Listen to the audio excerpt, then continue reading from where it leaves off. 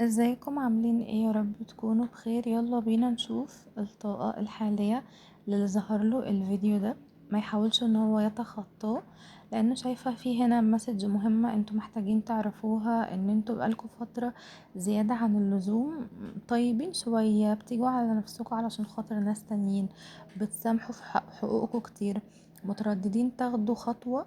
هي ميكس ما بين القلب والعقل، بس مستنيين الظروف تتصلح، وجايز الشخص ده هو اصلا اللي يتغير، مش جايز ان هي تتصلح.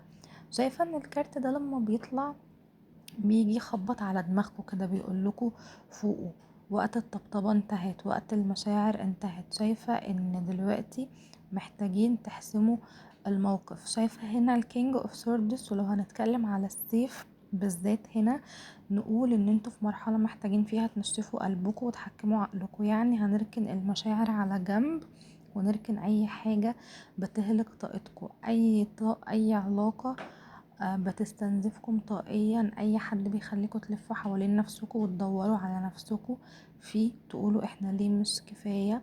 شايفة ان جه وقت ان انتوا تبتروا العلاقات التوكسيك، والكينج اوف سوردس جايب السوردس هو اللي يبترها فورا بدون كلام ومن غير ندم. يعني انا شايفة هنا ان في طاقة بتر علاقات بدون ندم. شايفة هنا في رسالة مهمة في الكارت، آه ان انتوا محتاجين تبعدوا عن الناس اللي انتوا متحوطين بيها، لان في ناس بيتلعبوا بيكوا عاطفيا. شايفة ان اي فيلينج انتوا حاسين تجاه حد، لا، للأسف هما بيستنزفوا ده، دايما بيحسسوك بالذنب. الملك هنا عقله شغال، مفيش حد هيعرف يضحك عليه تاني، واجهوا الحقيقة بالمنطق، بلاش دموع بلاش عياط، عادي ناخد قرار صادر من العقل مش من القلب. شايفة هنا ان لو حد بيسمع الطاقة دي وجاية معاه في الشغل او في قرارات عملية، بنقوله بلاش عشوائية، اقعد خطط، اعرف قرارك، اعرف المصير اللي انت داخله ايه. الموضوع محتاج ورقة وقلم، ادرس خطواتك، خد القرار الصح اللي فيه مصلحتك اولا، مصلحتك اولا مش مصلحة الناس التانية. في هنا طاقة استغناء قوية جدا جدا، لازم انت اللي تقوم بيها مش حد تاني. طاقة قوة مش طاقة قسوة. تمام.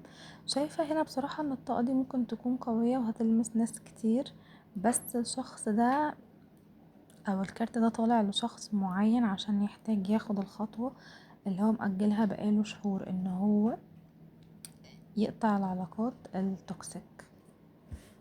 فاكتبولي في الكومنتات مين حاسس ان الصيف ده مبعوت له هو بالذات عشان يقطع الحيرة والشكوك اللي في حياته.